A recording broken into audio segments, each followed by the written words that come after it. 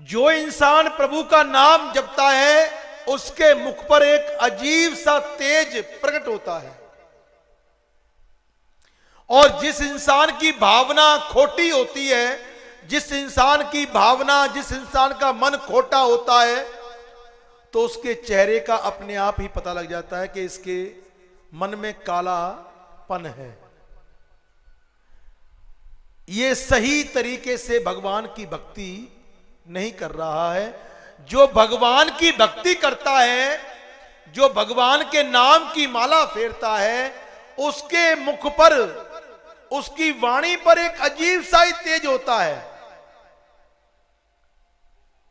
इसलिए गोविंद मुनि कर्दम जी जब तपस्या करते थे तो उनका रूप, उनका सौंदर्य इतना विशाल था कि बहुत उत्तम उनकी वाणी भी जो है गोविंद का नाम जपती थी।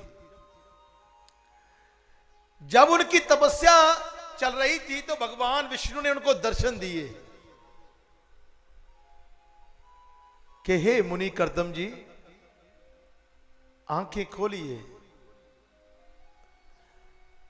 जब मुनि ने आंखें खोली, अपने प्रभु को अपने सामने पाया।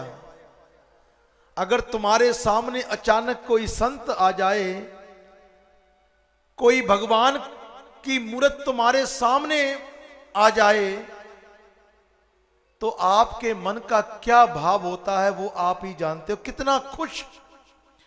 कोई ऐसा मित्र प्राणा मिल जाए जो कई सालों से मिला ही नहीं, वो अचानक तुम्हारे द्वार पर आ जाए। कोई ऐसा रिश्तेदार, कोई ऐसा मित्र, कोई ऐसा दोस्त तुम्हारे द्वार पर आ जाए जो कई सालों से आपको मिला ही नहीं, तो एकदम आपके द्वार पर आ जाए तो कितनी खुशी होती है, कितना मन उसे मिलने को होता है।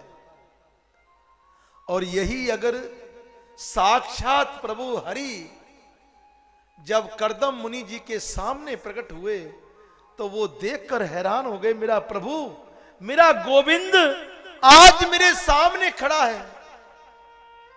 हे गोविंद, तेरे दर्शन करके मैं धन्य हो गया। मेरे गोविंद, दंडवत प्रणाम किया है अपने गोविंद के चरणों में। भगवान विष्णु कहते हैं कि हे कर्दम जी, मैं आपकी तपस्या से बहुत प्रसन्न हूं। मांगो, क्या मांगते हो बानकी प्रभु? जब आप मेरे सामने आकर खड़े हो गए, जब आप मेरे सामने स्वयं आकर मेरे सामने खड़े हैं, तो मुझे इस जीव को क्या चाहिए? प्रभु मेरे सामने खड़े हैं, मुझे क्या चाहिए प्रभु? मुझे कुछ नहीं चाहिए प्रभु। बानकी नहीं, मैं किसी को दर्शन ऐसे नहीं देता हूं। अगर मैं दर्शन देता हूं तो उसको वर भी देता हूं, तू वर मांग ले। बानकी नहीं प्रभु, मुझे आपकी भक्ति चाहिए, मुझे कुछ नहीं चाहिए। लेकिन मेरी इच्छा कुछ और है कि कुछ दिनों के बाद महाराजा स्वयंभू मनु जी और उनकी पत्नी कौन थी, शतरूपा, ये दोनों तुम्हारे द्वार पर आएंगे और अपनी बेटी देवहूति का दान तुम्हारे हाथ में करेंगे।